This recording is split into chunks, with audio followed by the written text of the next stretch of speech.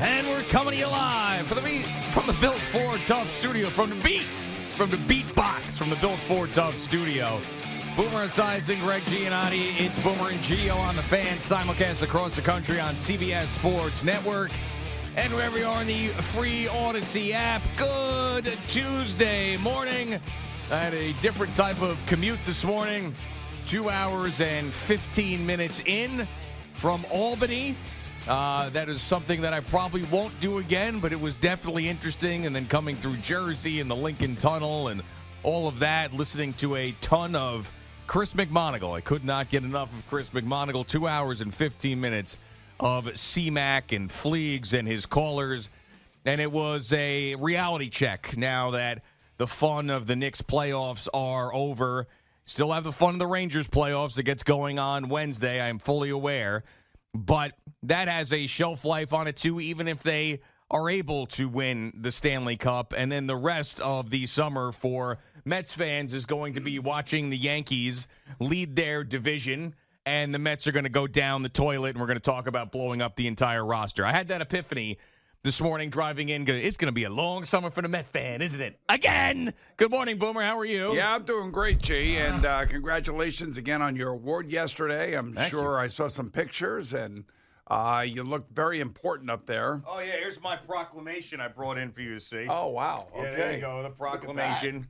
So this is where my tax dollars are going. Yeah, that's exactly it. To that and a lot of Schwuledel and meatballs yesterday. There's a lot of whereas in here. There's a lot of whereas, oh, yes. My God. There's like, let me see, 6, 4, 5. Whereas. 9 whereases. 9 where. I think your name is in there somewhere, I believe, so you're on that proclamation. Wow, that's nice. You know, I had... There you go. Yeah, back in 2018, Boomer and Gio. Yeah, there it is. So I made it. You made it on there. But, yes, you got the 2024 New York State Italian American of the Year proclamation. You got 9 whereases and 2 resolved. Yeah, and someone said all of that yesterday in the Senate chambers in Albany and spoke it into a microphone. It was something else where he's going whereas and Italian American of the Year and all that stuff. Tax dollars. Yeah, man. How much do you think that cost? Not that much, I don't think. You know, but the whole thing cost a lot. I mean, you didn't pay anything, did you? No, but it wasn't so extravagant. You know what I'm saying? It wasn't. Did you go to a party where they had ziti laid out in silver pans? Yes, absolutely, 100%. It was under a tent at an Italian community center in Troy, New York. Did you have a 6-foot hero? There was not 6-foot hero. There was lots of stuff that was there. Ziti and meatballs and pizza and broccoli rabe chicken cutlet sandwiches with the fresh mozzarella. Okay, good. Got all of that stuff, and they had the cannoli and Schwuledel and espresso table, and then some Peronis in the back, and yeah, they were playing all sorts of Italian music, the band, and then they ended the night with these bocce courts in the back of this place, 4 beautiful bocce courts, and the politicians would go up against each other in this one night of bocce for this trophy. Did you get involved? No, because I was told that the games go very slow. The games didn't start until 8:30, and if you win and you keep winning and you're on the winning team, you could be there till midnight. And knowing me and my competitive nature, if I was on a team that was winning, I would have stayed there to midnight to see the thing through. So I said, I don't even want to get on a team. So I'll let my Long Island politicians, all those guys that were out there, the assemblymen and the state senators and all of that, they could play bocce. So, all right, so you spent a lot of time in the car yesterday. Oh, yeah. Did you hear all the screaming and yelling going on here at the radio station? Absolutely not. No, I didn't, because I got to be honest with you. I listened to the radio station for like an hour, and then it went away, and I started like flipping around as opposed to going to the Odyssey app, which is what I should have done. Or go to 660, 660. Yeah, but I was like fascinated with upstate New York FM music radio and what they had going on, because I'm just a stupid, weird radio geek. So I was like going through everything, and was this a local show? Was this not? So I didn't hear the screaming and yelling until I was alerted by Al in the show sheet that Evan Roberts basically couldn't understand why Knicks fans were happy with their season, and that got some people riled up. Yeah, I think he was trying to dress down Tiki myself. I was very uncomfortable. Oh, listening really? to it. Dress down Tiki? Yeah, I mean, like Tiki has such a practical take on things, and did a great job explaining what a team is all about, why a team is built, why it works, what happened to the Knicks, and I thought it was a very sane take. And of course, as a professional athlete, I can appreciate where Tiki is coming from because we see things differently from those who talk it and who can't play it. That's right. So, if you can't play it, talk it. Right, exactly. And I literally thought he was going to lean over and just absolutely house Evan. Really? And I was surprised that he didn't. Are you exaggerating here? No, Like he got that angry at Evan? No, I don't think he did. There was 1 minute where he did say, "Let me talk." Evan, wow. Because Evan just couldn't. Yeah, wait. It just keeps going on and on with that. Exactly. It's like a brick wall. Sometimes when you talk to Evan, it is a brick wall. Yeah, it's a little tough. And when he gets stuck on something about, especially it's all about winning, and then they used a quote from you, as a matter of fact. Oh, they did? They did. What was that? Screw you, Evan Roberts? No, loser. and Evan gave you a lot of credit. He said that you were the voice of the Knicks fan. And at the beginning of the series with the Pacers, if you remember, you said if you don't win this series, the season is going to feel like a failure. Yeah, sure. That's exactly what you said, and that's exactly what he played, and he played to it throughout the afternoon. And Tiki was trying to calmly explain to Evan exactly what went down with the Knicks, much like I try to do when I come in here in the morning. Right. A very practical understanding of a great team, the way that it has been built, the way that the players have played together, and an unfortunate set of circumstances that happened to the team where they were compromised due to injuries. Yes, and I still feel like them not getting into the conference finals is a disappointment.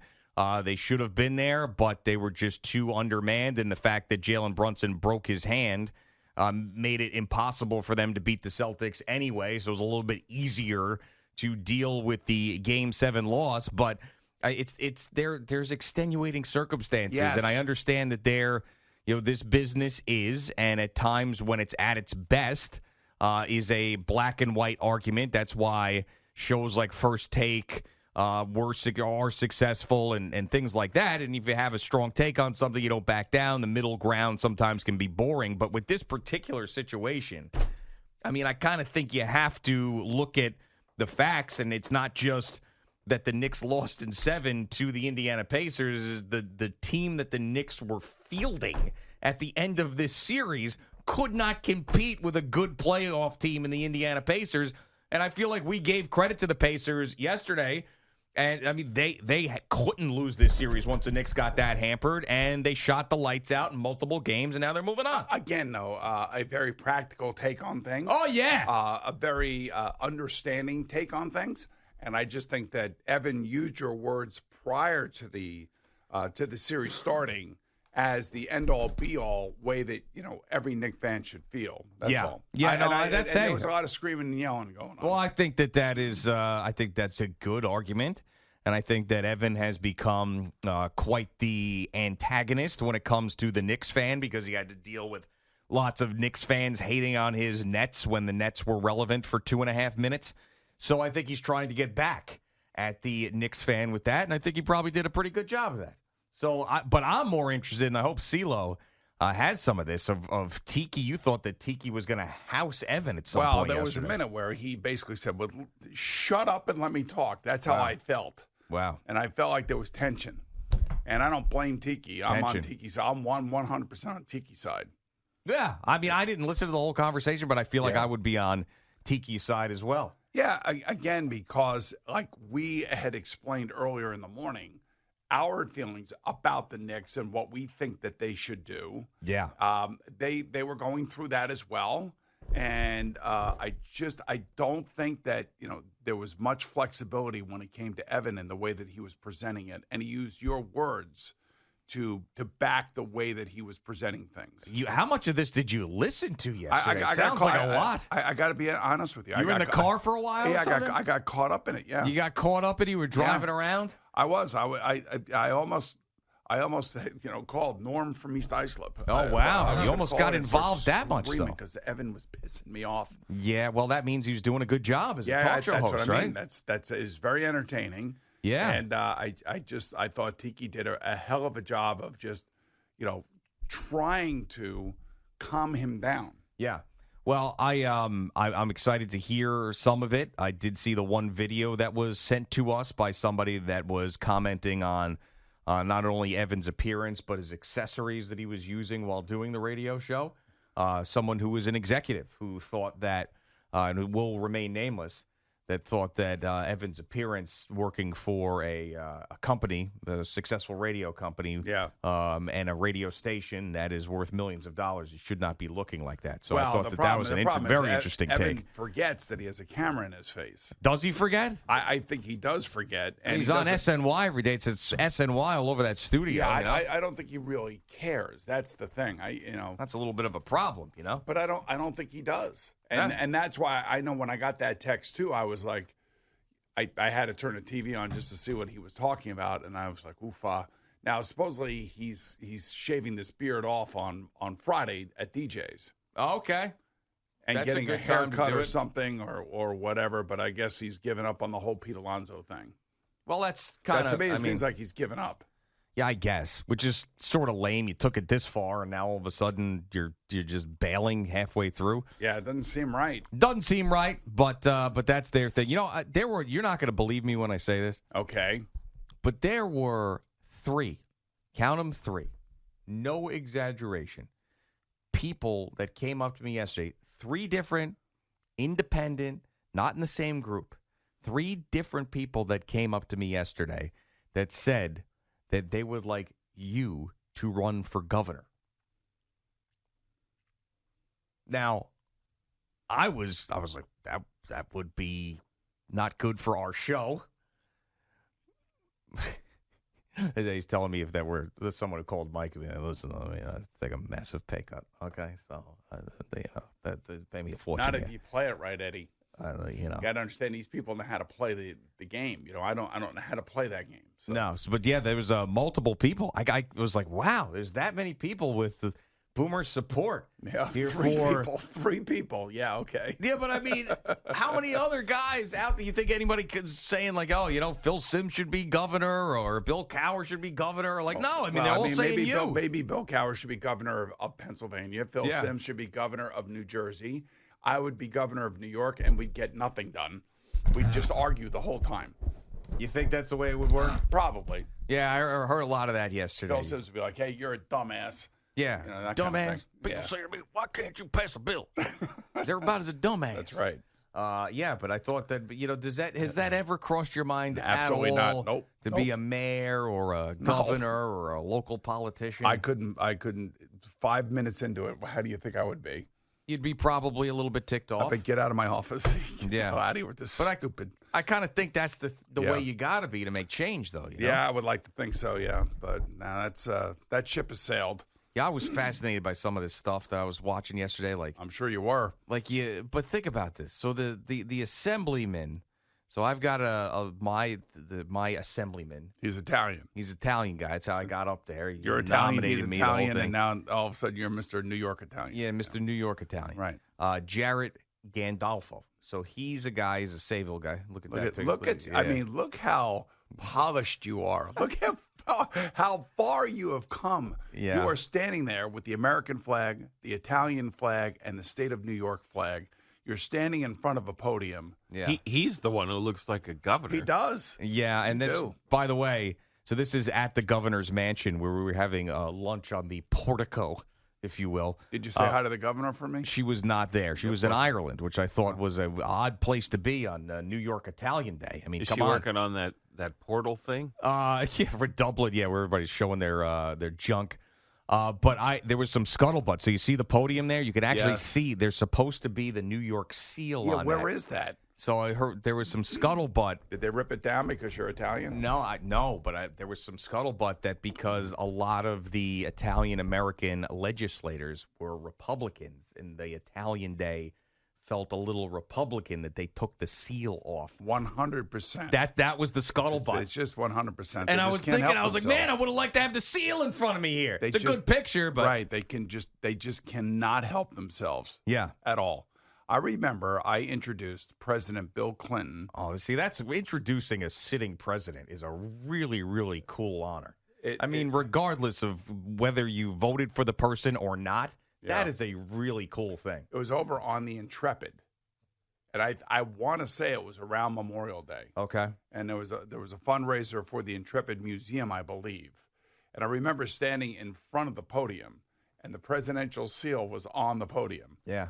And all I could think about was my 8th grade social studies teacher, Linda Nierenberg. Yeah. I said, I wish she could see me right now. Yeah. She would be so proud. Yeah, I was thinking about that with my Italian teachers that I tortured in middle school and high school. Like my man Vito Caparuso called up that day. And he said his line was, "You treated me like a horse of manure." I thought about that. Yes. But yeah, it was a cool thing. But they wouldn't put the seal on. Let me ask you a question. Who controls the seal? Is it the Democratic majority, or is it? I don't know. It should be something that should be afforded everybody who stands behind that. But I think, maybe they packed the seal and brought it to Ireland with her. I don't know. Is there only one seal? It's got to be more than one seal. I feel like that seal was underneath whatever the black thing was on the top of it. Oh, okay. Did you put that picture back up there? Was that Stephen Waldron? Was that some sort of sheet or some sort of covering? No, that definitely wasn't under that. No, it was not. So the seal would Velcro to that? Yeah, I guess. Yeah, you could see the circle on the thing if you look close enough. You could see where it was. Yeah, where it's supposed to be. I mean, that really sucks. Yeah, but see that's the problem here. You're celebrating Italian Heritage Day, whatever, and they take the seal down. Yeah. I mean, it still ended up being a pretty good... take that seal and shove it where. Yeah, I mean, it still ended up being a good picture, though, with the American flag, the Italian flag, the New York State flag, and a podium and me, Dressed nice, too. That's that nice blue suit you have. Yeah, thank you. Yes, yeah. I broke that out. Got that thing dry cleaned. Nice. For this particular occasion. I ran into the guy whose constituent is Rex Heuermann, the Long Island serial killer. You did, and they were at his house again yesterday. Yeah, he mentioned that. They were digging in his backyard. They're digging in his backyard? Yeah. That's what they're doing. Okay. Well, maybe I shouldn't have said that. Why? Well, because you didn't know what it was. Maybe they said they were back over there. I don't know. Maybe I had inside information. I mean, but what I'm saying is, you're back over there. So you're back over there. Yeah. You've already been through the house, extensively. Mm-hmm. So there's nowhere else in the house that you could be looking for things, I don't believe, unless he buried somebody in, concrete in his basement. Yeah, I think that's kind of they're digging up to see what's going on back there. Inside or outside? I think both. Yeah. Psycho. I mean, but that was his, that was the guy who's, imagine, what do you do, though, if you're the assemblyman where Rex Heuermann's your constituent? Well, it's not his fault. It's right, exactly. But, does he have to go out there and talk about, hey, listen, the community's still safe, even though we have to see what's a weird deal is that his wife and kids still live there. In that house still? Yes, yeah. Well, they're digging up for parts. Well, I think they're away right now, as I understand it. Oh, okay. In Ireland with the governor? Maybe, I don't know. All right, it is Boomer and Gio on the Fan and CBS Sports Network. We'll get CeeLo in here with an update.